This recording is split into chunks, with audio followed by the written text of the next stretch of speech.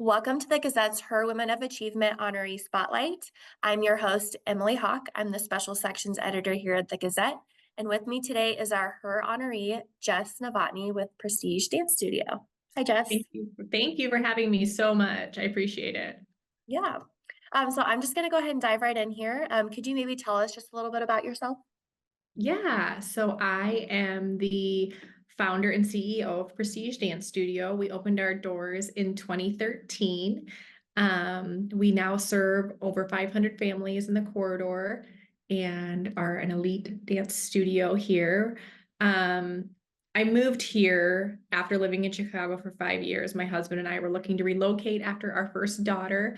I'm originally from Dyersville, so just wanted a place that was a little bit more home feeling. Yeah. Have shared a community that shared the values that we had, a little less hustle and bustle, and just a great place to raise kids. Okay, thank you for sharing that. So obviously you're being recognized for your work with Prestige Dance Studio. Could you maybe tell us what inspired or currently inspires you to do this work? Yeah, so I was a entrepreneur kid. My parents owned a restaurant in Dyersville. And so I was able to be with them like my current children. I have four children of my own, day in and day out, just watch the hustle, watch them, build this amazing business and see some of the pitfalls and the market crashing or an investment they had hoped would be really lucrative not pan out. So Mhm. growing up, I was able to see that and kind of mirror that. It wasn't scary to open my own business. It wasn't something that made me really nervous because it's all I had known. Um, and my mom, so backtrack a little bit, my dad passed away unexpectedly when I was 12.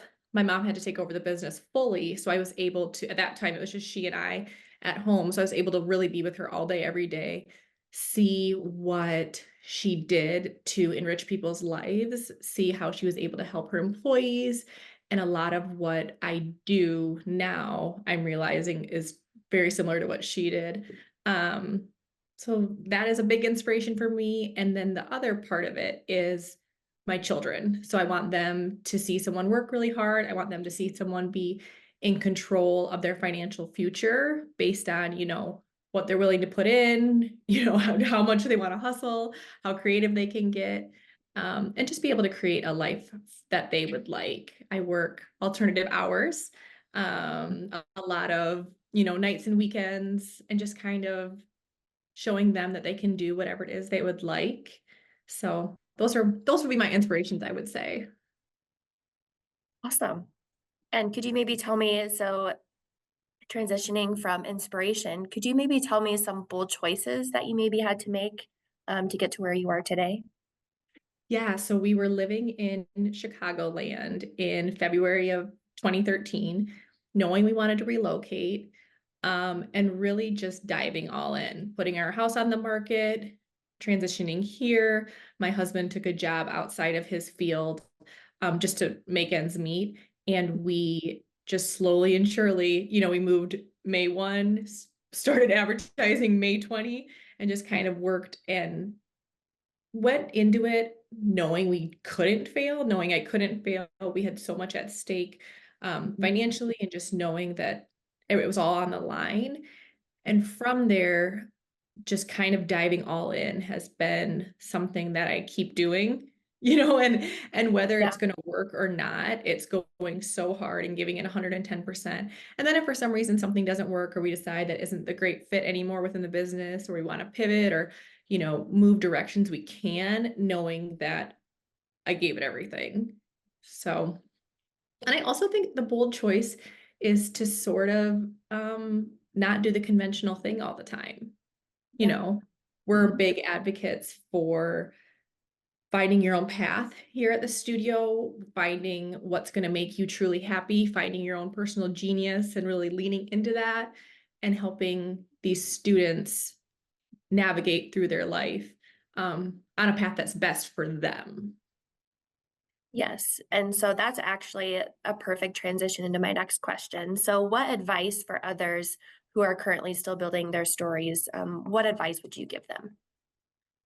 Oh, that it's a moving story. It's not you made this choice and now you're stuck or this thing happened and we're unable to move forward. I think that everything that I've done and that has happened to me has really molded where I am.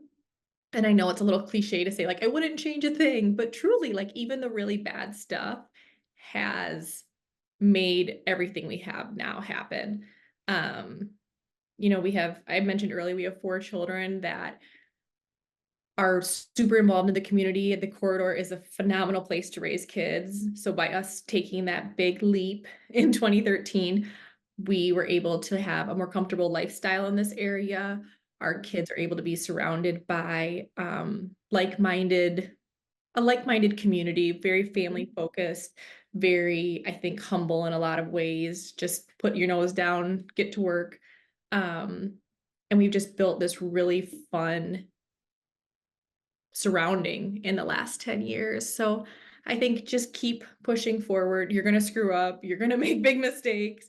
You're going to, maybe make someone unhappy, but like own it, figure out what you did, what you can do better, how to move on. I used to be scared of feedback and I am not anymore. I know now that's my greatest gift. So those are my thoughts. Just keep plugging away. No one thing really defines you, good or bad. Every day you Yeah. have to start all over again. Well, I think that's some excellent advice, and thank you for being vulnerable, and thank you for sharing that. So that's the end of our interview today. Thank you so much, Jess, for being here and for talking with us. And thank you to our viewers for helping us celebrate our 2024 Her Women of Achievement. For all of our 2024 Her Honoree interviews, go to www.her.today. Thank you so much, Jess. Thank you.